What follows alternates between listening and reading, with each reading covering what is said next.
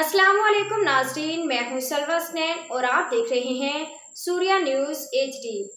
आइए नजर डालते हैं आज की अहम झड़ की रिपोर्ट। सादिक लगारी कमोड शहीद में दो सगे भाइयों के दरमियान झगड़ा, छोटे भाई के हाथों बड़ा भाई मोहम्मद अमीन चाचिट का कत्ल।